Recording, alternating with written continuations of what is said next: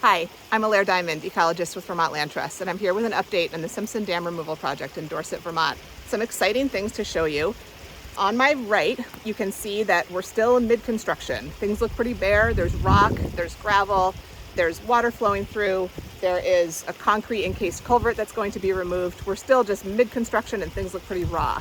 But over on my left is a place that looked like this just yesterday, and today it actually starting to look like a natural stream with native vegetation alongside it, growing in the floodplain and growing on the slopes above. So we have finished construction on this side.